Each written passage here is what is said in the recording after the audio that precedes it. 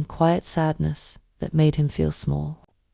Ethan withdrew from the shop, unable to focus, unable to face the customers who once knew him as steady and reliable. Depression seeped into his bones, leaving him hollow, humiliated, and stripped of purpose. It felt as if Claire had not only broken his heart, but erased his very identity. It was Noah, his closest friend since childhood, who refused to let Ethan drown. One evening, Noah found him slumped at the shop after hours, staring blankly at a half-repaired engine. "You can't keep doing this," Noah said, pulling up a chair. His voice carried no judgment, only the firm steadiness of someone who cared too much to stay quiet. Ethan muttered something about failure, about losing Claire, about how everything he worked for was gone. Noah leaned forward, his words deliberate, sharp in their simplicity. "Don't let her write your story. Ethan, write your own." The phrase hit harder than any comfort could. It wasn't about Claire anymore. It was about him, who he was, who he could become, with or without her. For days, Ethan rolled those words around in his mind. Slowly, a shift began. Not anger, not revenge, but a quiet resolve. He didn't want to prove Claire wrong or outshine James. He wanted to rebuild for himself, for the boy who once dreamed of a steady life, for the man who had forgotten his own worth. The next morning, he arose earlier than usual. He showered, shaved, and walked into the shop with renewed focus.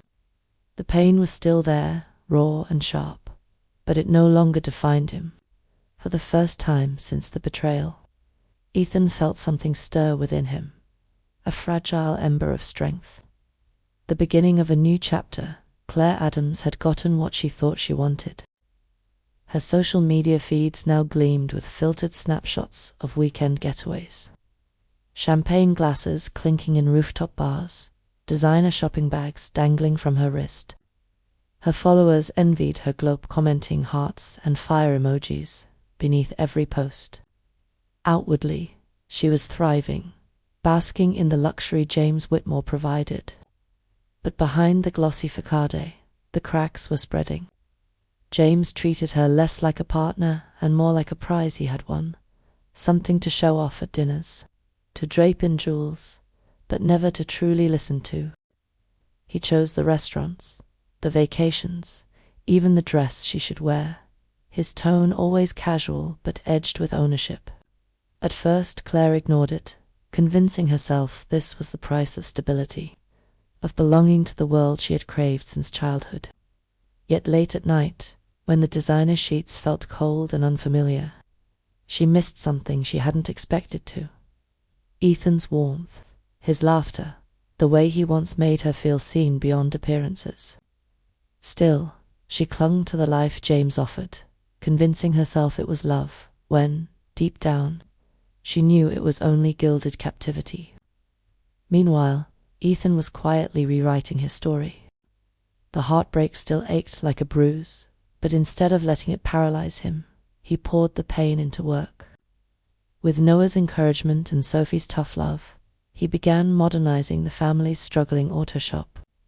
He built a website, started an online booking system, and even filmed short videos on car maintenance tips that unexpectedly gained traction on social media.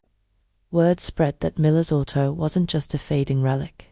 It was reliable, efficient, and forward-thinking. Local businesses began reaching out for fleet contracts, and for the first time in years, Ethan felt momentum on his side. Each new customer, each positive review, was like a stitch repairing the torn fabric of his self-worth. The shop transformed from a burden into a symbol of possibility, a reminder that he could create something lasting on his own terms. The work was grueling, but unlike the hollow grind of before, it carried purpose. People no longer underestimated him, they respected him. And with every passing day, Ethan discovered a strength he didn't know he had, a resilience born not from success, but from surviving heartbreak and turning it into fuel. Yet progress didn't erase the conflict inside him. Nights were the hardest, when the shop lights dimmed and the silence pressed close. He still thought of Claire, of what they had been, of what they could have been. The betrayal lingered, twisting between anger and longing. Part of him hated her, despised the way she used him, and discarded his love. But another part still remembered the girl who once held his hand at midnight under cheap string lights, who whispered dreams with him when neither had anything to their name. Sophie, ever blunt, warned him constantly, "Don't let her back in, no matter what. She'd ruin you again." Ethan nodded, but he wasn't sure he believed himself strong enough if Claire came knocking. And across town, Claire was beginning to feel the pull of his absence. James gave her diamonds, but Ethan had given her sincerity, and the longer she lived in James's gilded cage, the more she missed the freedom of Ethan's embrace. It was a cruel irony. Just as Ethan was learning to let go, Claire was realizing what she had lost. This unspoken tension, his rising strength against her creeping regret, became the quiet storm building between them, one that would soon demand a reckoning. The Whitmore Charity Gala was the kind of event Ethan once would have avoided: velvet suits, champagne towers, a room filled with polished smiles that rarely reached the eyes. But tonight, he wasn't just a mechanic standing in the shadows. Miller's Auto had recently secured a lucrative contract servicing Whitmore Holdings' fleet of luxury vehicles, thanks to Ethan's relentless drive to modernize his family's shop. He walked into the grand ballroom in a tailored suit. Sophie insisted he, by his shoulders squared, his presence steady. For the first time in months, Claire laid eyes on him. Her breath caught. Gone was the weary, oil-stained man she'd left behind. In his place stood someone confident, self-assured, magnetic in a way she hadn't expected. As whispers circled, "That's Ethan Miller, the guy revitalizing Miller's Auto." James Whitmore tightened his grip on Claire's arm. Later in the evening, James approached Ethan, his smile sharp as glass. "Impressive, you're still changing tires, Miller. I suppose even scraps can be polished." Laughter rippled among his entourage, but Ethan didn't flinch. He met James's gaze calmly, answering with quiet dignity, "It's honest work, and it's mine. Can you say the same?" The crowd's laughter turned uneasy, admiration flickering toward Ethan. For Claire, the moment stung. She had chosen James's glittering world, but here stood Ethan, shining in his own right, without needing anyone's wealth to validate him. The gala ended, but Claire couldn't shake the image of Ethan composed, respected, undeniably changed.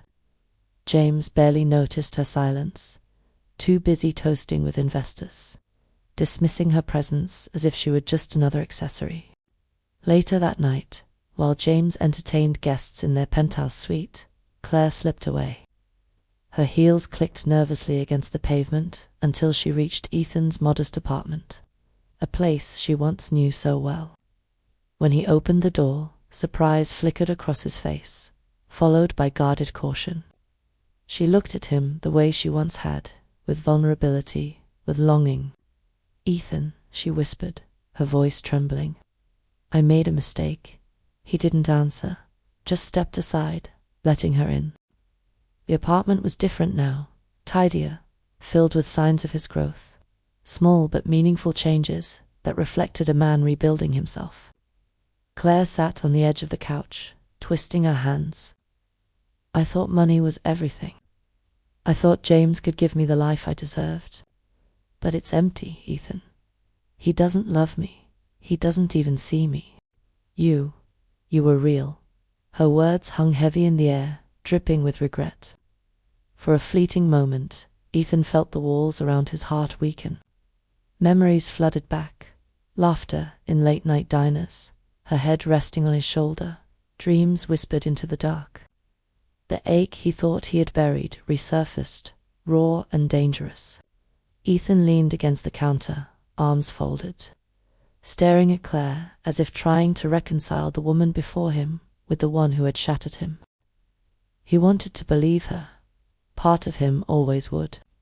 But for the first time, he also saw her clearly, without the haze of blind love. She was sincere in her regret, yes, but she was also lost, still chasing validation, still running from her own emptiness.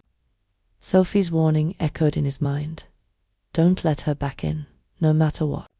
His chest tightened as he spoke, voice low but steady. You didn't just leave me, Claire. You used me. You used everything I worked for, and you didn't even look back.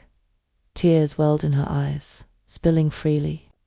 I know, she admitted, and I'll regret it for the rest of my life. But please, give me another chance. The silence stretched, thick with unspoken history. Old love warred against new clarity inside him, pulling him in opposite directions. Ethan's heart ached to forgive, to reclaim what he lost, but his soul whispered that some wounds should not be reopened. In that moment, Ethan realized the twist of fate was not Claire's return, but the power it gave him. For the first time since the betrayal, the choice was his, not hers, not James's, and whether he let her back in or closed the door for good. Ethan understood this truth.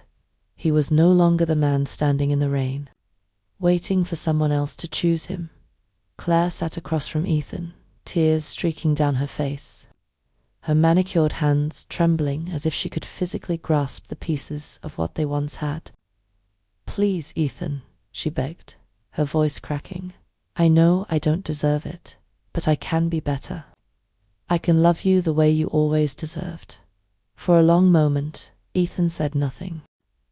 He studied her, not with the blind devotion of the man she once knew, but with the quiet clarity of someone who had finally stepped out of a shadow.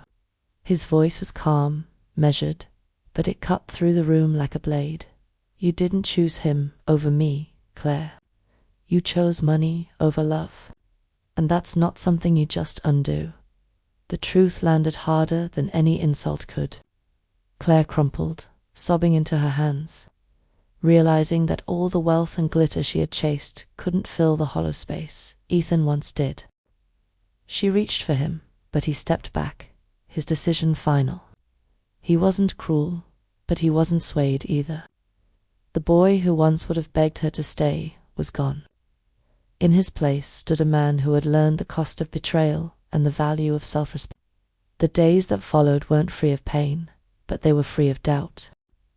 Ethan poured himself into the shop, not out of desperation this time, but with purpose.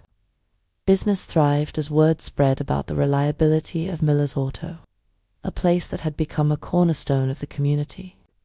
Local families trusted him, companies signed steady contracts, and his mother finally allowed herself to rest, proud of the legacy her son had built.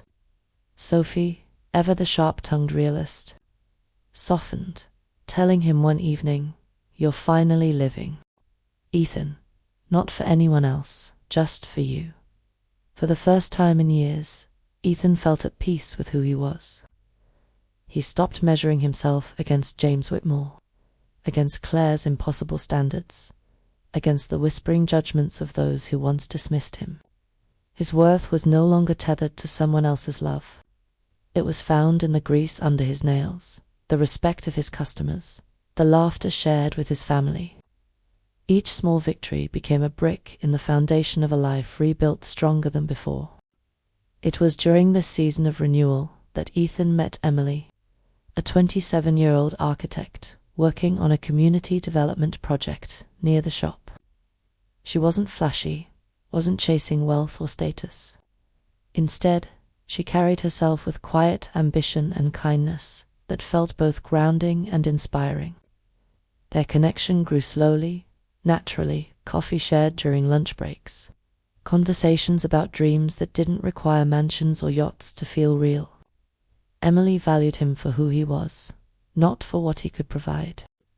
With her, Ethan didn't feel like he had to prove anything. He could just be. And that, he realized, was the greatest gift of all. His life was far from glamorous, but it was steady, meaningful, filled with people who genuinely cared for him. Sometimes, when he closed the shop at dusk, he thought back to that night in the rain, the velvet box still heavy in his pocket. It no longer felt like the end of his world. Instead, it felt like the beginning, the painful, necessary spark that had burned away illusions and left behind only truth. Ethan had lost Claire, but in doing so, he had found himself. And that, more than anything, was the happily ever after he never saw coming.